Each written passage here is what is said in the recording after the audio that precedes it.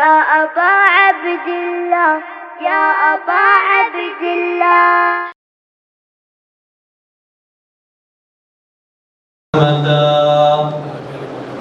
وقدر كل شيء تقديرا ثم الصلاة والسلام على النبي الأمي العربي القرشي الهاشمي المكي المدني الأبتحي التهامي العبد المؤيد والرسول المسدد المصطفى الأمجد المحمود الأحمد حبيب إله العالمين أبي القاسم محمد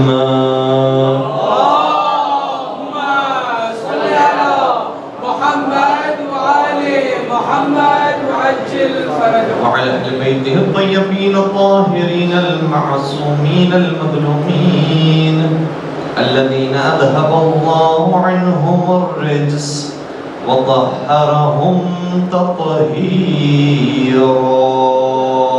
اللهم صل على محمد وآل محمد وعجل فرجهم. ولعنة الله على أعدائهم أجمعين. أما بعد فقد قال الله تبارك وتعالى في محكم كتابه المجيد وفرقانه الحميد. بسم الله الرحمن الرحيم. إن الذين اتقوا إذا مسهم طائف من الشيطان تذكروا فإذا هم مبصرون. درود بھیجیے.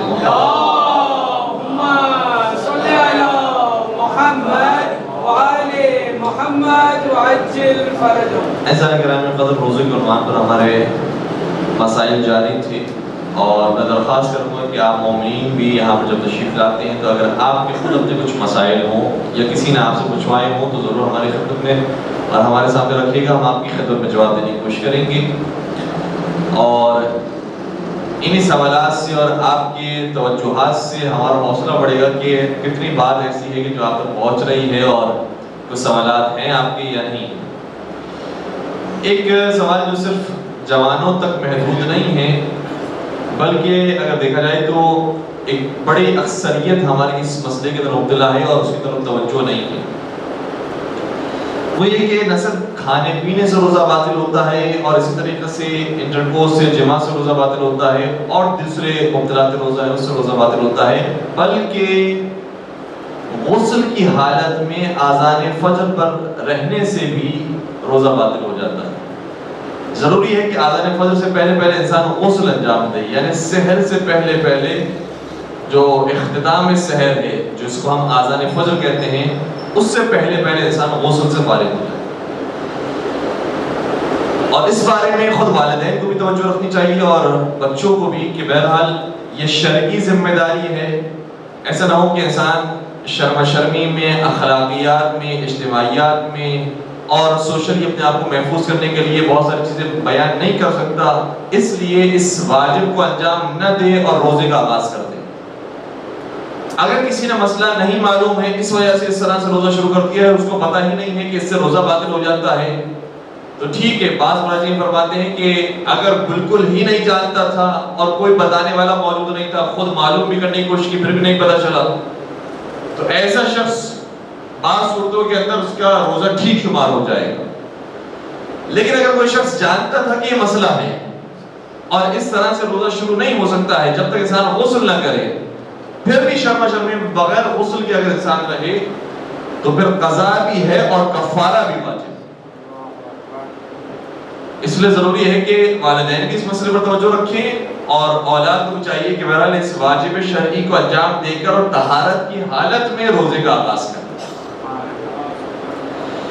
اور پھر اسی طریقے سے یہ مسئلہ اتنی شدت رکھتا ہے کہ اگر کوئی شخص جانتا ہو کہ اگر میں حالت غسل میں آ گیا تو میرے پاس اتنا موقع نہیں ملے گا کہ میں غسل کر سکوں یا تیمم کر سکوں، مجبوراً مجھے نجاست کے ساتھ ہی روزہ شروع کرنا پڑے گا، پھر بھی وہ اپنے آپ پر غسل واجب کرے تو ایسی صورت میں بھی قضا بھی واجب اور کفارہ بھی واجب۔ اس لیے ضروری ہے کہ انسان طہارت کے ساتھ اپنے اس روزے کا آغاز کرے۔ اگر غسل کے لیے پانی موجود ہے، غسل کے لیے امکانات موجود ہیں تو غسل کرنا ضروری ہے، اگر نہیں ہے پانی تو تیمم کرنا ضروری ہے، لیکن طہارت کے ساتھ روزہ شروع کرنا ضروری ہے۔ اور پھر اگر کوئی شخص اس وجہ سے کہ ابھی میرے پاس وقت تو بہت زیادہ پڑا ہوا ہے، چونکہ بہرحال افطار کے بعد اور سحری تک کے درمیان ایک بڑا فاصلہ آ جاتا ہے، بعض افراد سو جاتے ہیں، آرام کر لیتے ہیں۔ البتہ ہم نے جب سفر کیا ہے رات میں بطور خاص ٹی وی کے پروگرامز کے لیے، سحری کے وقت جب ہم سفر کیا ہے تو ماشاءاللہ ہر گلی میں جوان کرکٹ کھیلتے ہوئے نظر آئے ہیں اور ماشاءاللہ جاگتے ہوئے نظر آئے ہیں۔ سونے والے کتنے ہی نہیں پتا، لیکن اگر کوئی آرام کر لے اور سو جائے جبکہ اس کے اوپر غسل واجب ہو چکا ہو، تو اگر اس نے یہ نیت کی ہے کہ میں انشاءاللہ اٹھوں گا سحری کے وقت اور اس وقت میں غسل انجام دے دوں گا اور پھر وہ سو جائے، تو پھر مسئلہ یہ ہے کہ اگر کوئی شخص پورے اطمینان اور یقین کے ساتھ کہ الارم میں نے لگایا ہوا ہے، میں غسل کروں گا اور پھر میرے اپنے روزے کا آغاز کروں گا، پورے یقین کے ساتھ تیاری کے ساتھ سویا ہے، پھر اگر ایسا شخص سوتا رہ جائے تو بھی اس کو نہ قضا کرنی ہے نہ کفارہ، کیونکہ اس کا ارادہ یہ تھا کہ میں کام کروں گا، لیکن اتفاقاً آنکھ لگ گئی اور نہیں بیدار ہو سکا۔ لیکن اگر اس کے برعکس معاملہ ہو کہ مجھے تو سونے سے مطلب ہے، جس بھی حالت کے اندر روزہ شروع ہو مجھے پرواہ نہیں ہے غسل کی، تو پھر یہ جان بوجھ کر چونکہ مبتلا میں روزہ کو بے پرواہی کے ساتھ انجام دینے کی کوشش کر رہا ہے اور اسی کے ساتھ روزہ رکھنے شروع کرنا چاہتا ہے، ایسا شخص قضا بھی کرے اور کفارہ بھی۔ اس لیے مسئلہ پیچیدہ ہے اور اہم مسئلہ ہے، بالخصوص ہمارے نوجوانوں کو اس پر توجہ رکھنی چاہیے اور والدین کو بھی اسی طریقے سے توجہ رکھنی چاہیے کہ سحری سے پہلے انسان طہارت کے ساتھ روزے کا آغاز کرے، ورنہ اس کا روزہ باطل شمار ہو سکتا ہے۔ درود پڑھ دیجیے گا محمد و علی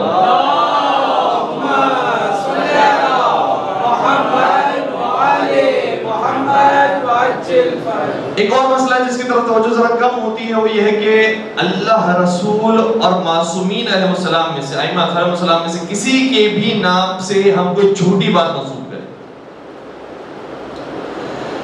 اچھا یہ تو اگر ہم مسئلہ اس طرح سے بیان کرتے ہیں تو شاید لوگ کہیں گے کہ ہم تو یہ بات بیان ہی نہیں کرتے ہیں، عام طور پر ہم تو ممبر پر آتے ہی نہیں ہیں، نہ ہم کوئی کتاب لکھنے والے ہیں، نہ واعظ و نصیحت کرنے والے ہیں، نہ کوئی ہم قرآن کی آیت سناتے ہیں، نہ حدیث سناتے ہیں، ہمارے لیے مسئلہ کتنا امپورٹنٹ نہیں ہے۔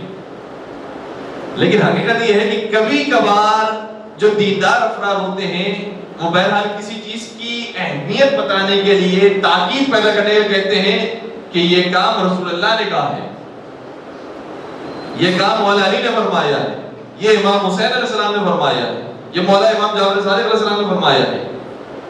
تو اگر ہم اپنے کام میں اہمیت پیدا کرنے کے لیے، بچوں کی تربیت کے لیے، بچوں کو سکھانے کے لیے، جبکہ ہمیں معلوم نہ ہو کہ پتہ نہیں حدیث ہے بھی یا نہیں ہے، ہم اماموں کے نام کو استعمال کریں تو یہ بھی ایک کہلایا جائے گا کہ ہم نے اماموں سے کوئی جھوٹی بات منسوخ کی اگر امام نے نہیں فرمایا۔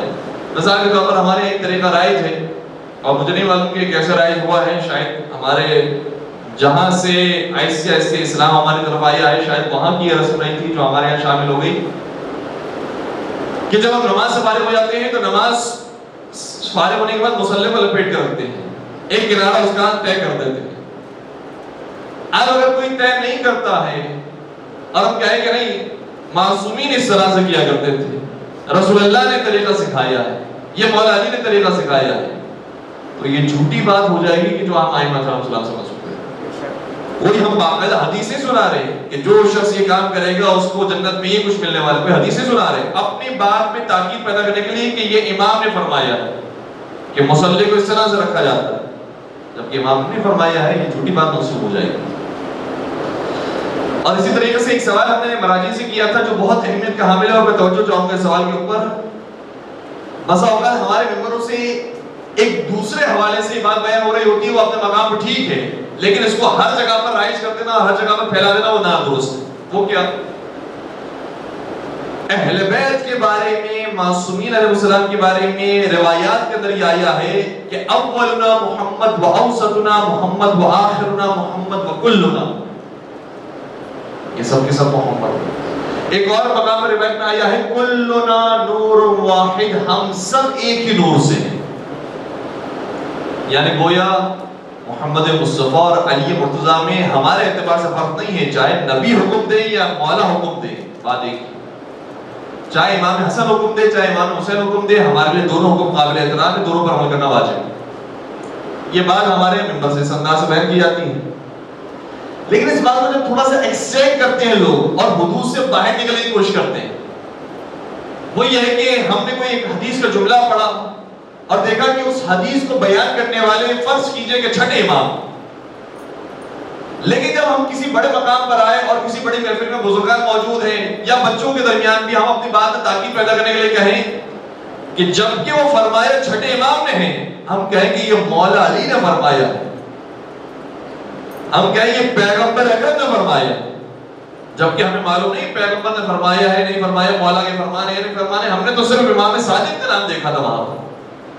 لیکن چونکہ لوگ کہیں گے کہ یہ تو چھٹے امام کی حدیث سے نہیں معلوم، ویسے ان کی بہت ساری حدیث موجود ہے، کون سی صحیح ہے کون سی صحیح ہے، بعد میں تاکید پیدا کرنے کے لیے ہم کہیں گے یہ نبی اکرم نے فرمایا۔ کیا یہ کہنا جائز ہے؟ مہاراج فرماتے نہیں، اس طرح سے بھی کہنا جائز ہے۔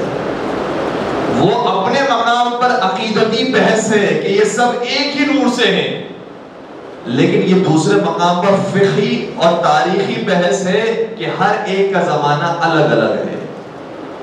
توجہ رکھیے، ہر ایک کا زمانہ الگ الگ ہے، اس لیے ممکن ہے کہ ایک امام نے اپنے زمانے کی شرائط کے اعتبار سے کوئی جملہ کہا ہو اور ہم اس شرائط کو نہیں سمجھتے ہو، ہم اس زمانے کو نہیں سمجھتے ہو، ہم نے کہا کہ یہ سبھی اماموں نے یہ فرمایا ہے، وہ یہ تو حکم شریعت بن جائے گا، جبکہ امام نے خاص موقع کے لیے فرمایا ہے، اس لیے وہ حکم شریعت بھی غلط ہے اور اس طرح سے باقی ائمہ سے نام جوڑنا یہ بھی غلط ہے۔ ایک چھوٹی سی مثال عرض کروں، پھر بات انشاءاللہ زیادہ واضح ہو سکے گی۔ مثال کے طور پر ظاہراً یہ حدیث بھی ہے، چھٹے سرکار حضرت امام جعفر صادق علیہ السلام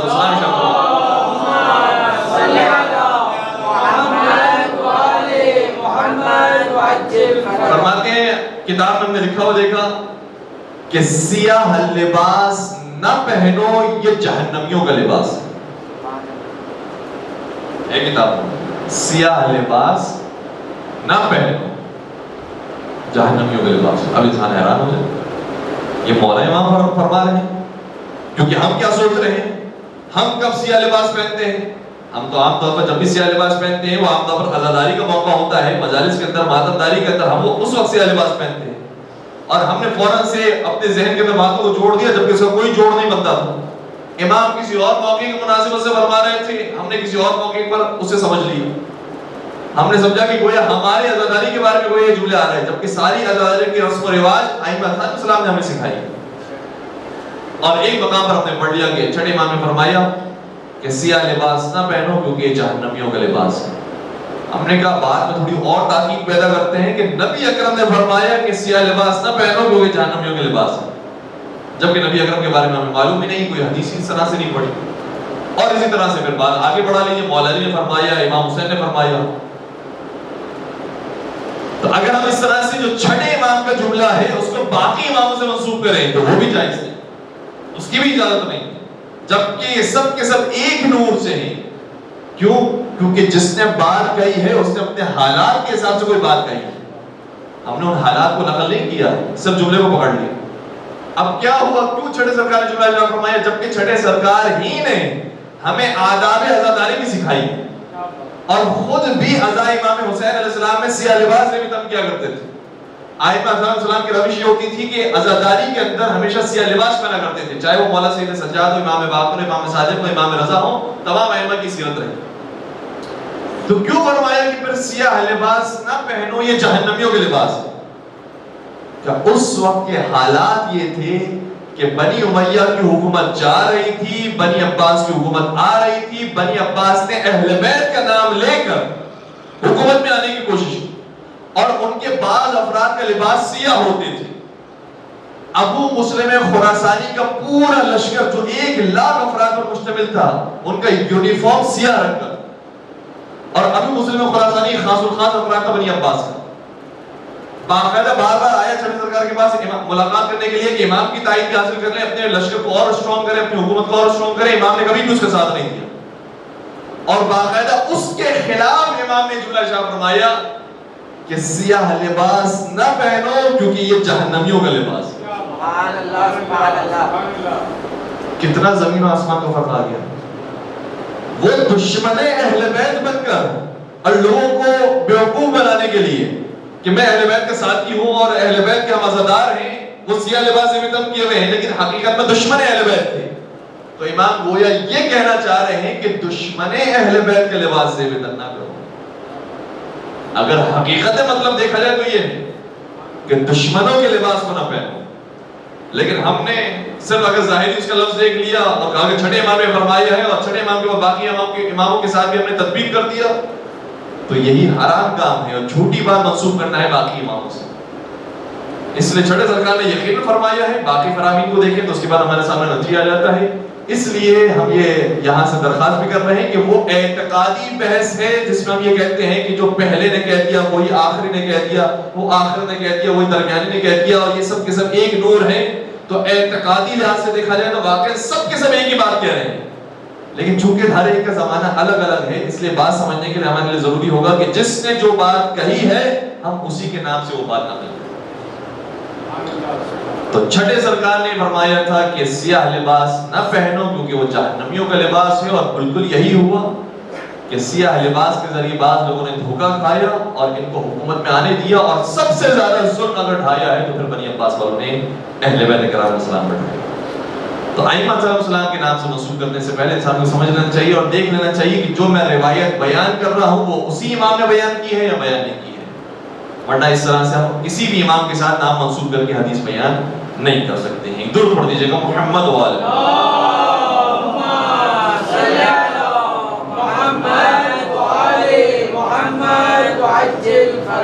اور باقاعدہ ہم نے جملہ سنتے ہوئے دیکھا ہے, اس لیے ہم آپ کی خدمت بیان کر رہے ہیں. کبھی کبھار ہمارے پاس صرف حدیث پہنچی ہوتی ہے یا ہمارے ذہن میں صرف حدیث موجود ہوتی ہے, اب نہیں معلوم کس امام نے بیان کی, تو سامنے سے باقاعدہ جواب دیتے ہیں, کیا فرق پڑتا ہے اس نے بیان کی, کلنا نور واحد, سب کے سب ایک ہی نور سے کسی کے نام سے بیان کرتے ہیں.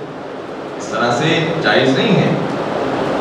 اور بہت سارے اچھے اور فرامین اقوال ذریعے الحمدللہ ہمارے نوجوانوں کو یاد ہے, سبھی کو یاد ہوتے ہیں, لیکن بعد میں اہمیت پیدا کرنے کے لیے فلاں امام نے بیان کیا ہے, ہم اپنی طرف سے نام نہیں جوڑ سکتے ہیں.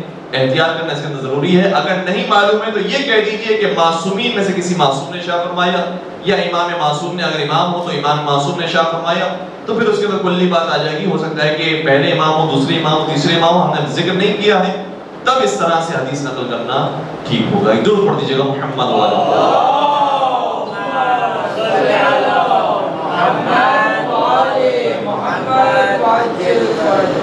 عبادات کے سلسلے میں ہماری گفتگو جاری تھی, اور ہم نے یہ سننے کی گفتگو کی کوشش کی تھی کہ عبادت اور بندگی کسی شیڈیول چیز کا نام نہیں ہے. ہمیں پروردگار نے انسان بنایا ہے, روبوٹ نہیں بنایا. روبوٹ ہوتا ہے جس کو ذمہ داری دے دی گئی ہے کہ تمہیں اس ٹائم پر اٹھ کر یہ کام کرنا ہے, یہ اس کے بعد یہ کام کرنا, اس کے بعد یہ کام کرنا ہے. صحیح ہے, انسان کو پلاننگ کرنی چاہیے, ٹائم ٹیبل رکھنا چاہیے, شیڈیول بنانا چاہیے, لیکن روبوٹ انسان کو نہیں بنائے. کیا فرق ہے روبوٹ میں اور انسان میں؟ سب سے بنیادی اور اہم ترین فرق یہ ہے کہ روبوٹ کو جو کہہ دیا جاتا ہے اس پر آنکھ بند کر عمل کرتا ہے, بغیر سوچے سمجھے عمل کرتا ہے, اور انسان کو پروردگار نے دماغ بھی دیا ہے اور دل بھی دیا, یہ جذبات رکھتا ہے. اگر کوئی شخص نماز کے وقت یہ دیکھ رہا ہے کہ ایک بچہ تڑپ رہا ہے, زخمی ہو چکا ہے, تو ایسا نہیں کہ مجھے اول وقت نماز پڑھنی ہے کیونکہ میرے روبوٹ میں یہ درد ہو گیا ہے کہ اس ٹائم پر آپ کو نماز پڑھنی. جذبات انسان کے دل میں ہے, رک کر اس کو دیکھنا ہے, بچانا ہے اس کو, اور اس کا زیادہ ثواب ہے, اور وہ بڑی عبادت ہے, جیسے میں نے کل آپ کی بیان کرنے کی کوشش کی. تو انسان کو پروردگار نے انسان کو انسان بنایا ہے جو جذبات بھی رکھتا ہے اور عقل و ذہن بھی رکھتا ہے. اب ایک مرحلہ ہم آگے جانے کی کوشش کر رہے ہیں, وہ یہ ہے کہ انسان پھر گناہوں کے راستے کی طرف کیوں جاتا ہے, عبادات کے راستے پر کیوں نہیں رہتا, پروردگار کی بندگی کے راستے پر کیوں نہیں رہتا. بہت واضح سی بات ہے, وہ یہ ہے کہ خدا نے انسان کے اندر نفس رکھا ہے جو اس کو برائیوں کی طرف لے کر جاتا ہے. خدا نے انسان کے اندر ضمیر رکھا ہے جو اس کو بار بار بیدار کرنے کی کوشش کرتا ہے. یہ دونوں چیزیں انسان کے اندر موجود ہیں. جو نفس ہے وہ بار بار جب برائی کی طرف لے کر جاتا ہے تو یہاں پر جو جنگ چھڑتی ہے اس میں جو جیت جاتا ہے ویسا ہی انسان بن جاتا ہے. کبھی نفس پرست انسان بنتا ہے اور کبھی صحیح الفطرت انسان بنتا ہے. کبھی کبھی لوگ یہ سوال کرتے ہیں کہ ہم گناہ سے کیوں بچیں؟ گناہ سے بچنا بڑا مشکل ہے. اور واقعی نفس کے ساتھ جنگ کرنا بہت آسان نہیں ہوتا. جوانی کے گناہ اور ہوتے ہیں، بڑھاپے میں جانے کے بعد گناہ کی کیفیت بدل جاتی ہے، بچپن میں نوجوانی میں گناہ کی کیفیت اور ہوتی ہے، لیکن یہ جنگ مسلسل جاری رہتی ہے. ہم کیا کریں کہ گناہ سے محفوظ رہ سکیں؟ قرآن نے ایک بڑا خوبصورت اصول دیا ہے اور ارشاد ہوتا ہے، اور 2 مقامات پر یہ آیت موجود ہے. ارشاد ہوتا ہے بسم اللہ الرحمن الرحیم ان احسنتم احسنتم لانفسکم وان اسأتم فلہا. فرمایا اگر اس اصول کو انسان جان لے کہ اگر تم نیک بندے بنو گے تو اس میں تمہارا ہی فائدہ ہے، اور اگر خدا نخواستہ گناہوں کی طرف جاؤ گے اور برائیوں کے راستے کو اختیار کرو گے تو اس میں اللہ کا کوئی نقصان نہیں ہے، تمہارا ہی نقصان ہے. تو پھر خود بخود انسان سے راستے پر آ جائے. یہ بالکل ویسے ہی ہے کہ جیسے ماں باپ اپنے بچوں کو سکھاتے ہیں بیٹا بہت پڑھو، خوب پڑھو، اچھے طریقے سے پڑھو، تمہیں آگے بڑھنا ہے، بڑا بننا ہے. اور بچہ یہ نہیں سمجھے بات، نہیں مجھے کھیل کود میں جانا ہے، مجھے یہ کرنا ہے، مجھے وہ کرنا ہے، انٹرٹینمنٹ اور یہ ساری چیزیں. تو ماں باپ یہی کہتے ہیں بیٹا اگر تم پڑھو گے تو اپنا فائدہ کرو گے، نہیں پڑھو گے وظائف کرو گے ٹی وی پر انٹرنیٹ پر تو اپنا ہی نقصان کرو گے. اس چیز کو، اس فارمولے کو اگر انسان سمجھ جائے تو زندگی گزارنا بہت آسان ہو جائے گا. اگر میں خدا کے راستے پر ہوں، عبادت کے راستے پر ہوں، اعمال اچھے انجام دے رہا ہوں، نیک کام کر رہا ہوں، تو یہ راستہ وہ ہے جو خدا کو کوئی فائدہ نہیں دے رہا ہے، یہ میری زندگی سنوار رہا ہے، مجھے فائدہ دے رہا ہے. سبحان اللہ سبحان اللہ. پروردگار نے 8 مقامات پر قرآن کریم میں ہم نے اس بات کو سرچ کیا، اور آج فائدہ یہی ہے. آج ٹیکنالوجی کا زمانہ ہے، تو ٹیکنالوجی کو انسان اگر غلط کاموں میں استعمال کرے تو بہت غلط راستے کی طرف جا سکتا ہے. کسی نے ہم سے سوال کیا کہ پرانے زمانے میں اتنے گناہ نہیں ہوتے تھے، آج گناہ کیوں ہوتے اتنے؟ بہت آسان سا جواب ہے. پرانے زمانے میں گناہ اتنے آسان نہیں تھے، آج آسان ہو گئے. اور صرف گناہ آسان نہیں ہوئے، ہر چیز آسان ہو گئی. پرانے زمانے میں قرآن میں اتنی زیادہ چیزیں سرچ کرنا اور تحقیق کرنا یہ بھی مشکل تھا، آج وہ بھی آسان ہو گیا. تو صرف گناہ کے بارے میں سوال نہیں ہے کہ گناہ کرنا آج کے زمانے میں کیوں اتنے سارے لوگ گناہ کر لیتے ہیں. گناہ اس لیے کر رہے ہیں کہ آسان ہو گیا ہے. آج کے زمانے میں اسی طرح کا قرآن پڑھنا بھی آسان ہو گیا ہے، مختلف قاریوں کی آواز سن کر انسان کو سننا اور سیکھنا یہ بھی آسان ہو گیا ہے. ہر چیز میں آسانی ہوئی ہے. اگر برائیوں میں دیکھ رہا ہے کوئی شخص تو اچھائیوں میں بھی آسانیاں ہوئی. تو قرآن سرچ کر کے آپ آسانی سے ان ساری باتوں کو جو ہم بیان کرنے جا رہے ہیں وہ آپ خود نکال کر خود اپنی آنکھوں سے دیکھ سکتے ہیں، اور خود اگر دیکھیں گے تو اس کی لذت اور ہوتی ہے. قرآن کریم میں ان 2 الفاظ کو سرچ کیجئے گا. اللہ یحب، اللہ پسند کرتا ہے، اللہ محبت کرتا ہے. تو دیکھیے گا کہ اللہ کن کن سے محبت کرتا ہے. قرآن میں کہا کس کس کا نام آیا. اور یہ ذہن نشین رکھیے گا کہ قرآن کریم اللہ کا کلام ہے. اس کے اندر ایک ایک لفظ ایسا ہے کہ جیسے ہار میں موتیوں کو جوڑا جاتا ہے ویسے جوڑا ہوا. ایسا نہیں ہے کہ جب آتا گیا زبان پر تو یہ کہتے کہ نبی اکرم نعوذ باللہ، ایک ایک لفظ ایسا ہے جو بہت کیلکولیٹڈ آیا ہے. جنہوں نے اس بارے میں تحقیق کی انہوں نے لکھا ہے کہ مہینے کا لفظ یعنی شہر کا لفظ پورے قرآن میں 12 مرتبہ آیا، کیونکہ مہینے 12 ہوتے ہیں. کیا جتنی مرتبہ دنیا کا لفظ آیا ہے قرآن میں اتنی مرتبہ آخرت کا لفظ بھی آیا ہے. ظاہراً 145 مرتبہ دنیا کا لفظ بھی ہے، آخرت کا لفظ بھی. اسی طرح سے کچھ اور کیلکولیشن جب نکالی گئی تو حیران ہو گیا کہ قرآن کریم میں اتنی کیلکولیشن کے ساتھ الفاظ آئے. تو اگر ہم اس لفظ کو سرچ کریں اللہ یحب، اللہ محبت کرتا ہے، تو کن کن سے محبت کرتا ہے؟ 8 افراد کی فہرست ہمارے سامنے آ جاتی ہے. اللہ ان سے محبت کرتا ہے.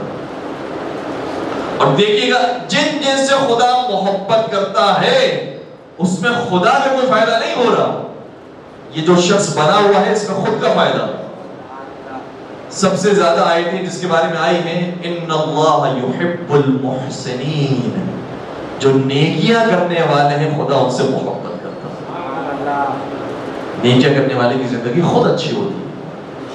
دوسرے مقام پر آیا ان اللہ یحب المقسطین, جو عدل اور انصاف کے ساتھ رہتا ہے خدا اس سے محبت کرتا ہے. عدل اور انصاف زندگی میں آ جائے خود کی زندگی اچھی ہو جاتی ہے. پھر ایک اور مقام پر آیا ان اللہ یحب المتطہرین, پروردگار پاک اور صاف لوگوں سے محبت کرتا ہے. یہ جو صفائی ہمارے یہاں موجود نہیں ہے اور ویسٹ کے اندر موجود ہے, تو کیا ویسٹ کو کسی نبی نے آ کر بتایا ہے؟ کوئی ان کے پاس وحی نازل ہوئی ہے کہ صفائی رکھنی چاہیے کیونکہ خدا نے پسند کیا ہے؟ نہیں, وہ خود اپنا فائدہ دیکھ رہے ہیں کہ صفائی کا خود فائدہ ہے, اس لیے وہ صاف ستھرے رہتے ہیں. تو یہ جتنی بھی چیزیں ہیں خود انسان کے اپنے فائدے میں اگر انسان اس کو اختیار کرے. ان اللہ یحب المتطہرین, پروردگار پاک اور صاف لوگوں سے محبت کرتا ہے. پھر مختلف اور آیاتیں بسا اوقات کہیں پر آئے ان اللہ یحب الصابرین, پروردگار صبر کرنے والوں سے محبت کرتا ہے. صبر ایک بہت قیمتی چیز ہے. ظاہر مولا متقیان امیر المؤمنین حضرت علی بن ابی طالب صلی اللہ علیہ وسلم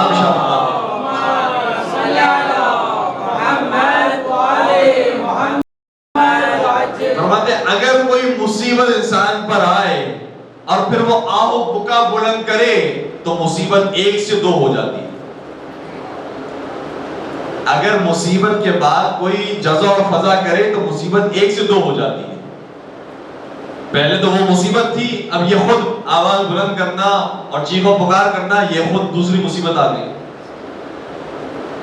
اور اگر انسان مصیبت کے بعد صبر کرے تو وہ مصیبت بھی ختم ہو جاتی ہے.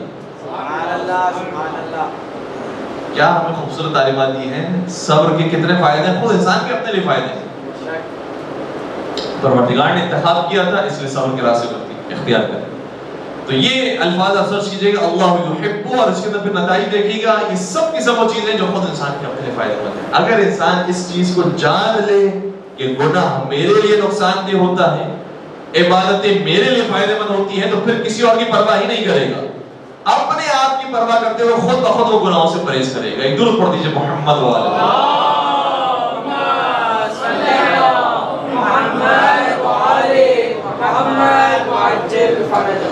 صبر کے بارے میں مولا متقیان امیر المؤمنین حضرت علی بن ابی طالب صلی اللہ علیہ وسلم کا خوبصورت جملہ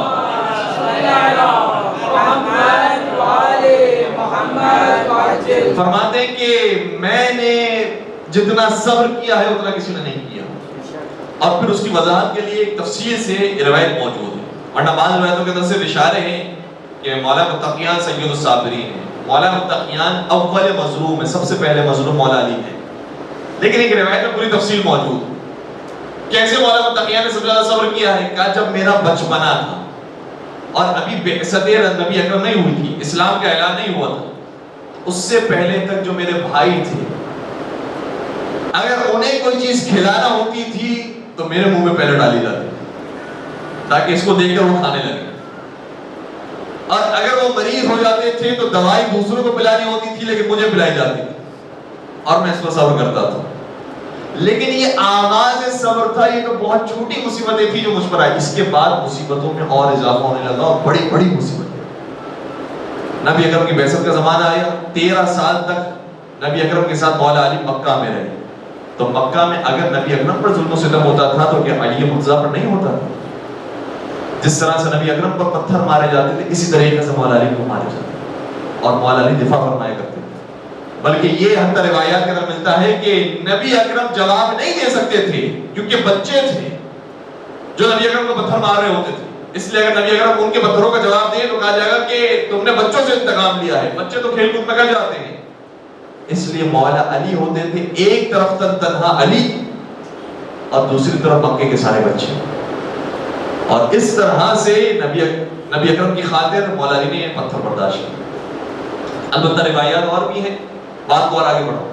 13 سال اس طریقے سے نبی اکرم کے ساتھ رسول کرتے ہوئے گزری، اور نبی اکرم کے اوپر جو ظلم و ستم ہوتا تھا اس کے اندر مولا علی بھی شریک تھے، مولا بھی برداشت کیا کرتے تھے، یہاں تک کہ مدینے کی طرف ہجرت کی۔ اور جب مدینے کی طرف ہجرت کی تو جنگوں پر جنگ کی شروع ہوئی، اور ہر جنگ میں مجھے سب سے آگے بھیجا جاتا، میں سب سے آگے ہوتا، صف اول کے اندر ہوتا، تو سب سے زیادہ زخم کون کھاتا؟ تو صف اول میں ہوتا۔ فرمایا 80 جنگیں میں نے مدینہ میں کی تھی، 80 جنگوں میں شرکت کی، اگر کوئی ایک جنگ میں بھی شرکت کر لے تو بہت سارے زخم ایسے ملتے ہیں کہ زندگی کے لیے کافی ہوتے ہیں۔ 80 جنگوں میں شرکت کی تھی، اور یہ بھی روایات کے اندر ہے۔ کبھی کبھار ہم یہ تصور کرتے ہیں کہ جیسے کوئی فرشتے کی مخلوق ہے، لہٰذا ان کو کوئی نہ زخم لگے گا، نہ خون نکلے گا، نہ کچھ ہوگا۔ اگر ہم یہ تصور بنا لیں اور یہ عقیدہ بنا لیں تو پھر کربلا کے مسائل کا کیا کریں گے؟ کربلا میں جو امام علی مقام کو تکلیف ہوئی واقعی تکلیف ہے، گردن کا کٹنا واقعی تکلیف ہے، تیروں کا لگنا واقعی تکلیف ہے، اور اس کانسیپٹ کو قرآن کریم نے بھی باطل قرار دیا ہے کہ تم انبیاء کے بارے میں سمجھتے ہو کہ یہ فرشتوں کی طرح آئیں گے، فرشتوں کی طرح نہیں، بشری صورت میں آئیں گے، تاکہ تم یہ اعتراض نہ کرو کہ یہ تو فرشتہ ہے اس لیے یہ تو سارے کام کر سکتا ہے، اگر ہماری طرح کا انسان ہوتا تو نہیں کر سکتا۔ ہم نے تمہارے اعتراض کو باطل کرنے کے لیے انہیں انسانی صورت میں بھیجا ہے، ورنہ ان کی حقیقت میں تو جو خلقت ہے وہ نورانی خلقت ہے۔ تو انہیں بھوک بھی لگتی ہے، لہٰذا یہ 3 دن کے بھوکے پیاسے ہوں اور پھر بھی کھانا کھلائیں تو ان کے لیے فضیلت ہے۔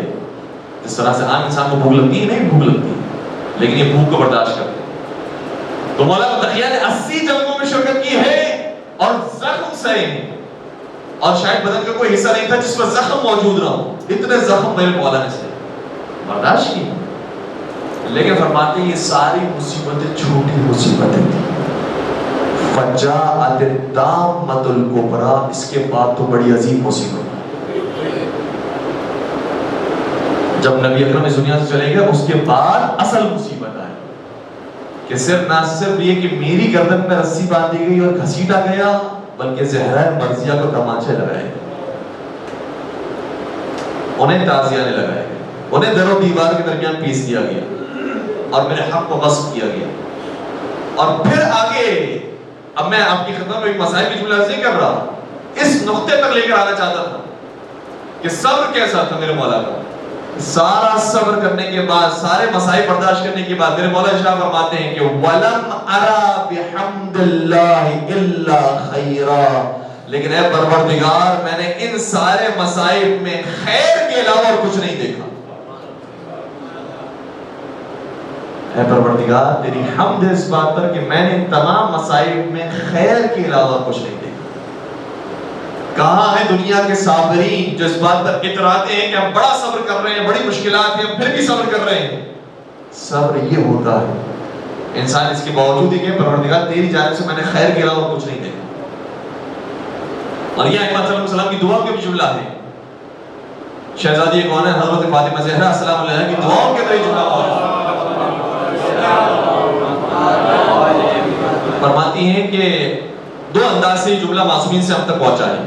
ایک مقام پر شاہ فرمایا کہ اللہم لا تجعل مصیبتی فی دینی، دوسرے مقام پر ظاہراً شہزادی کا جملہ یہ ہے کہ الحمدللہ الذی لا تجعل مصیبتی فی دینی، پروردگار حمد ہے تیری اس بات کے اوپر کہ تو نے میرے دین میں عمل کرنے میں کوئی مصیبت نہیں ڈالی۔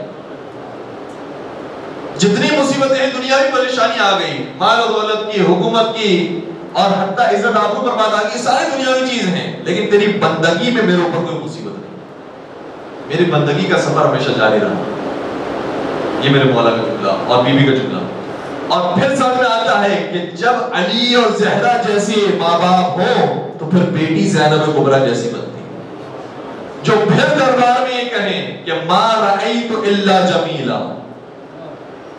جب اس شفیع نے کہا تھا کہ ساری مصیبتیں آئی ہیں خدا کی طرف سے، تو بی بی نے جواب دیا خدا کی طرف سے ہم نے خیر کے علاوہ اور کچھ نہیں دیکھا۔ وہاں سے ہمیشہ حسن و جمال آتا ہے، وہاں سے کوئی مصیبت اور کوئی تکلیف نہیں آتی ہے، مصیبتیں تمہاری قائم کرتا ہے، ورنہ پروردگار نے تو وہاں سے خیر ہی خیر نازل کیا۔ بس عزیزوں، جس طرح سے انسان اگر یہ سمجھ جائے کہ میری زندگی کے اندر اگر میں خیر کر رہا ہوں، نیک عمل کر رہا ہوں تو مجھے فائدہ ہے، اگر میں کوئی غلط کام کر رہا ہوں تو مجھے نقصان ہے، تو زندگی کی گاڑی چلانا بہت آسان ہو جائے. اگر میں نے اپنی آنکھوں کو غلط چیز کے اندر استعمال کیا تو یہ آنکھیں مجھے نقصان پہنچائیں گی. میں نے اپنے کانوں کو غلط آوازوں میں استعمال کیا، یہ آوازیں میرے کانوں کو نقصان پہنچائیں گی. اگر میں نے اپنے قدم سے کہیں اور سفر طے کیا تو یہ قدم مجھے نقصان پہنچائیں گے. میں اپنے ہاتھوں سے معصیت پروردگار کی، یہ خود میرے لیے نقصان دہ ہو، تو خود بخود ان ساری معصیتوں سے انسان محفوظ ہو جائے.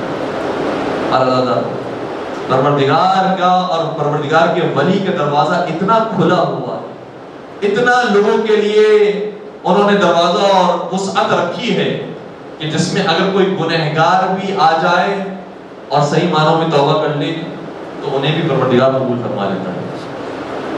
شیخ بائی علیہ الرحمہ کا نام یقیناً آپ نے سنا ہوگا، اور شیخ بائی بہت بڑے ہمارے عالم دین ہیں. بہت سارے ان کے کارنامے ہیں، اور کچھ ایسے کارنامے انہوں نے انجام دیے ہیں کہ جو لوگوں کی دنیا کو اچھا بنانے کے سبب بنے، اس لیے زیادہ لوگوں نے انہیں یاد رکھا.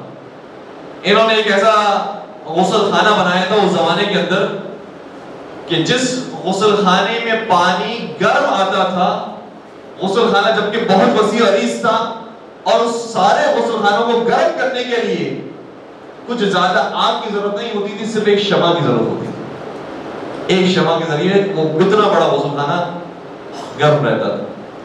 اور اس طریقے سے شیخ بھائی نے پل بنایا اور دیگر اور آرکیٹیکچر کام کیے ہیں. خود کہا جاتا ہے کہ حرم امیر المومنین کا جو پہلا نقشہ تھا وہ شیخ بھائی نے تیار کیا تھا، اس طرح سے تیار کیا تھا کہ اگر حرم امیر المومنین میں ہم زری کے پاس کھڑے ہو جائیں اور سورج نکلے تو سورج کی پہلی کرن زری مبارک میں داخل ہوتی تھی، اور آخری موقع میں جب سورج غروب ہونے والا ہو تو سورج کی آخری کرنیں بھی مولا علی کی قبر میں داخل ہوتی تھی اور پھر سورج غروب ہوتا تھا.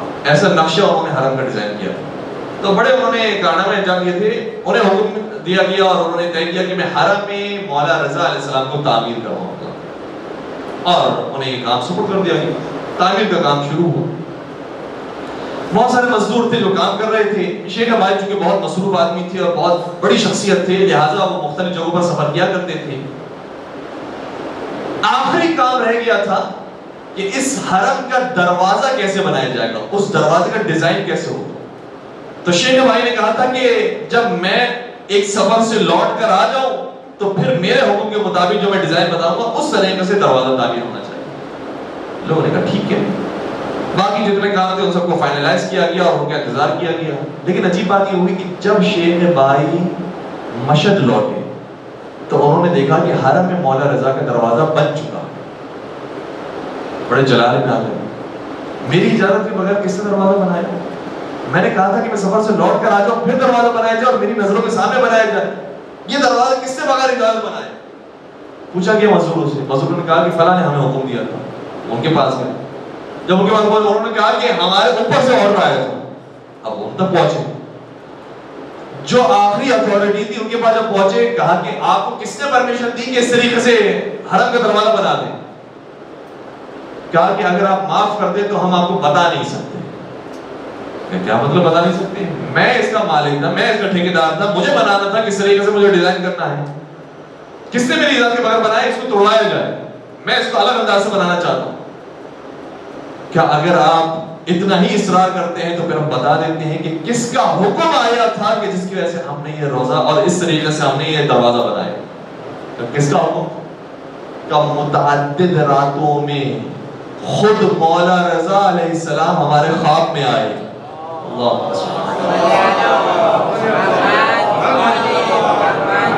اور انہوں نے ہمیں یہ حکم دیا کہ میرے حرم کے اس دروازے کو جلد از جلد مکمل کرو قبل اس کے کہ شیخ بھائی واپس آ جائے. اس سے پہلے دروازے کو مکمل کرو. اور چونکہ متعدد مرتبہ ہم نے یہ حکم سنا اس لیے ہمیں یقین ہو گیا کہ واقعا مولا رضا ہی کی طرف سے حکم آیا اور اب مجبور ہو گئے کہ اس دروازے کو بنائیں. اس لیے ہم نے آپ کے آنے سے پہلے پہلے اس دروازے کو بنا لیا. شیخ بھائی کے ریا کرنے لگے. اب وہ حیران ہو گیا کہ شیخ بھائی کا رونا کس بات پر ہے، کہ اس بات پر ہے کہ ان کو اجازت نہیں ملی. ارے مولا رضا نے کہہ دیا دروازہ بنانے کا تو اس سے بڑی سعادت کی بات کیا ہوگی؟ آپ کی ساری مزدوری کو مولا رضا نے قبول کر لیا. کہا کہ نہیں، میں جس طرح سے دروازہ بنانا چاہتا تھا شاید وہ طریقہ مولا رضا کو پسند نہیں آیا. کہ وہ طریقہ کیا تھا؟ کہ طریقہ یہ تھا کہ میرے پاس کچھ ایسی دعائیں اور اذکار موجود تھے، میں چاہتا تھا کہ جب یہ دروازہ بنے تو اس پر وہ اذکار لکھ دوں، اور اس اذکار کی وجہ سے وہ طلسم اور وہ اس کے اندر قدرت پیدا ہو جائے گی کہ اگر کوئی معصیت کار اور گنہگار اور فاسق و فاجر اس دروازے سے گزرنے کی کوشش کرے گا تو دروازہ اسے گزرنے نہیں دے گا۔ صرف نیک اور شریف افراد ہی اس دروازے سے داخل ہو سکیں گے۔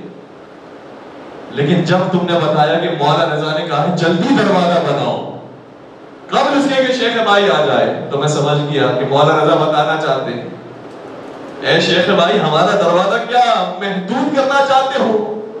نیک افراد کے لیے ہے، پھر یہ بتاؤ گنہگار کس کے دروازے پر جائیں گے؟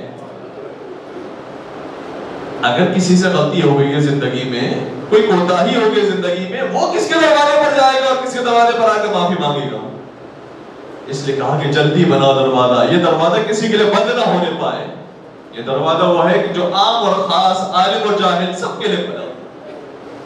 اس دروازے سے ہر ایک آتا ہے اور فیض حاصل کرتا ہے، اور پھر مولا رضا سے فیض حاصل کرنے والوں کی تعداد کوئی کم ہے؟ مومن تو مومن جو غیر مومن ہے، بلکہ میں کہوں گا کہ جو غیر مسلم ہے، کافر اور یہودی اور عیسائیوں کے واقعات اتنے زیادہ ہیں کہ مولا رضا سے عقیدت رکھی، ان کی اپنے مشکلات حل ہو گئی۔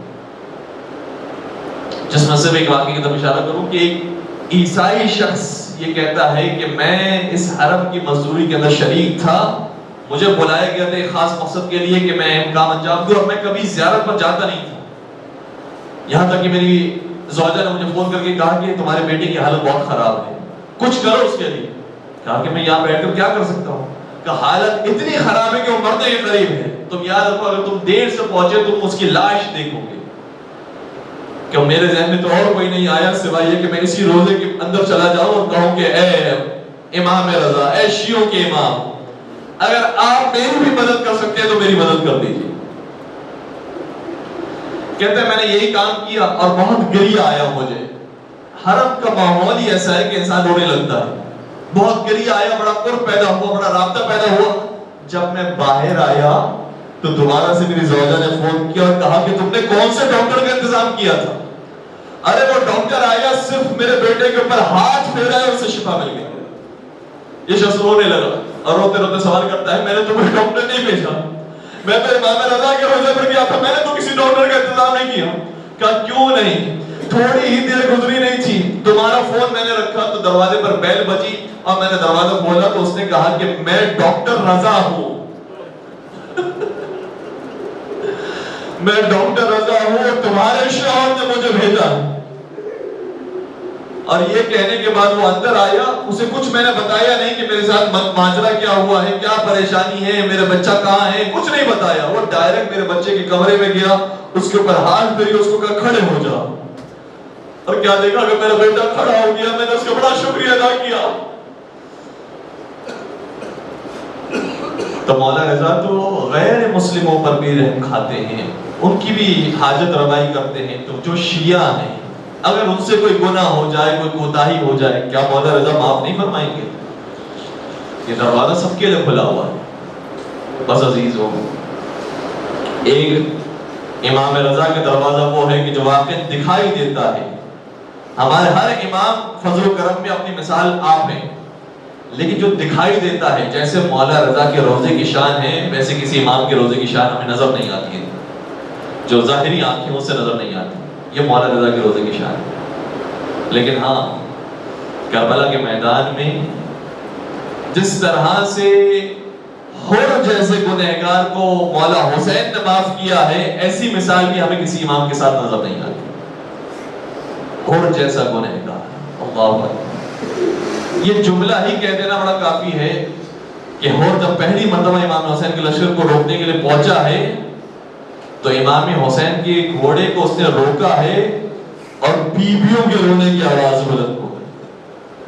اب مصائب کا آغاز ہو گیا، کربلا کا آغاز ہو گیا۔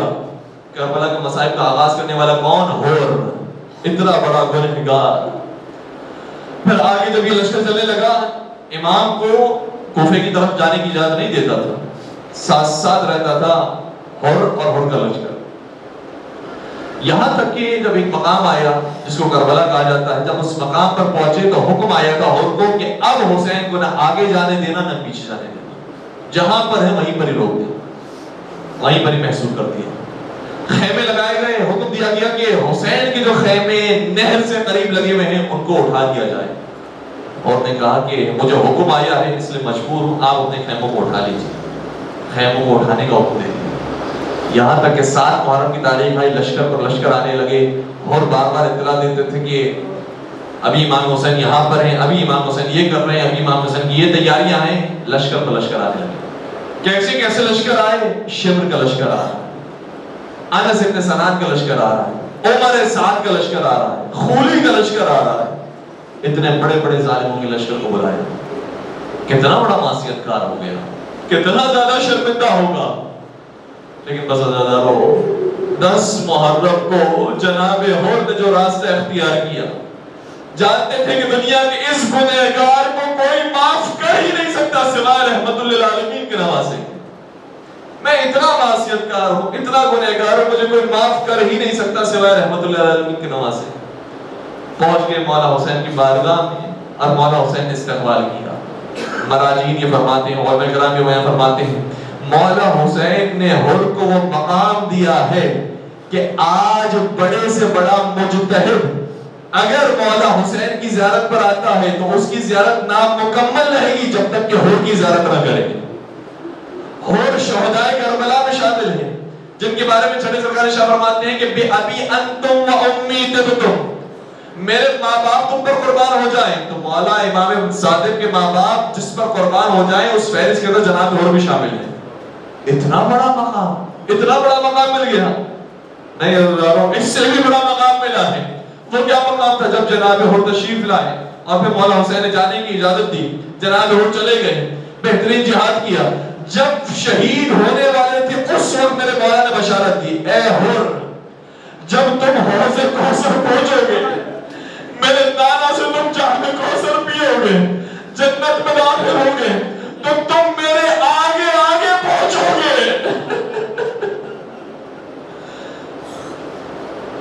میں بعد میں آؤں گا، تم پہلے پہنچ جاؤ گے۔ یہ اتنے کریم لوگوں کا گھرانہ ہے، جب عطا کرتے ہیں اور معاف کرتے ہیں تو گنہگاروں کو ایسے معاف کرتے ہیں کہ گنہگاروں کے دل شاد ہو جاتے ہیں۔ پروردگارا ماہ مبارک رمضان کی ساعتیں ہیں، ہم تیرے سفرے پر موجود ہیں اور یہ درخواست کرنے کے لیے آئے ہیں کہ پروردگار ہم بہت زیادہ گنہگار معصیت کار ہیں، کوشش کرتے ہیں کہ تیرے راستے پر عمل کر سکیں۔ پروردگارا ہماری خطاؤں کو اپنی بارگاہ سے اور اپنے رحمت کی طفیل دور فرما۔ پروردگارا ہمارے گناہ کبیرہ و صغیرہ کی مغفرت فرما۔ پروردگارا نیکی اور بندگی کے راستے پر چلنے کی توفیق عطا فرما۔ جناب حر علیہ السلام کی طرح ہمیں بھی سچی توبہ کرنے کی توفیق نصیب فرما۔ پروردگارہ ہمارے بھی وقت کے امام کو ہمارے اعمال سے راضی و خوشنود فرما۔ پروردگارہ ہم سب کو کربلا معلیٰ کی زیارت نصیب فرما، چارٹہ معصومی کی زیارت سے مشرف فرما، اجر و عمرے کی سعادت نصیب فرما۔ پالنے والے جہاں جہاں شیعان حیدر کرار آباد تمام کی جان مال زدہ کی حفاظت فرما۔ پالنے والے امت اسلامیہ کو اتحاد عطا فرما، ملک پاکستان کو استحکام نصیب فرما۔ حاضرین مجلس کی جائے شرعی حاجات کو پورا فرما، بانیان مجلس کی نیک توفیقات میں اضافہ فرما۔ بے اولاد مومنین کو اولاد صالحہ نصیب فرما، صاحبان اولاد کو اپنی اولاد کی اچھی تربیت کرنے کی توفیق نصیب فرما۔ جو بے روزگار مومنین ہیں انہیں رزق حلال عطا فرما، جو رزق حلال کمائے ان کے رزق میں برکت وسعت و کثرت نصیب فرما۔ پروردگارہ تمام مظالم سے انتقام کے لیے اپنے آخری حجت اور ہادی امام عصر و زمان کے ظہور میں تعجیل فرما۔ ہمیں ان کے عاشقین محبین سچے چاہنے والے ماننے والے میں شمار فرما۔ ایک سورہ فاتحہ کی درخواست ہے خانوادہ آغا حسن عباس، حاضرین کے مرحوم مرحومات اور کل مومن و مومنات کے لیے رحم اللہ من قرأ الفاتحہ۔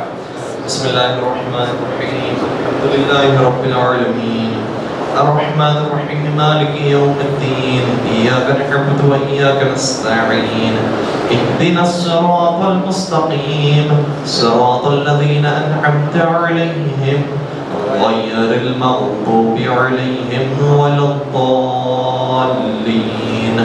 بسم الله الرحمن الرحيم، قل هو الله أحد الله الصمد لم يلد ولم يولد ولم يكن له كفوا أحد. بسم الله الرحمن الرحيم. قل هو الله أحد الله الصمد لم يلد ولم يولد ولم يكن له كفوا أحد. بسم الله الرحمن الرحيم. قل هو الله أحد الله الصمد لم يلد ولم يولد ولم يكن له كفوا أحد. اللهم اغفر للمؤمنين والمؤمنات والمسلمين والمسلمات الأحياء منهم والأموات. تابع بيننا وبينهم بالخيرات إنك مجيب الدعوات إنك على كل شيء قدير برحمتك يا أرحم الراحمين.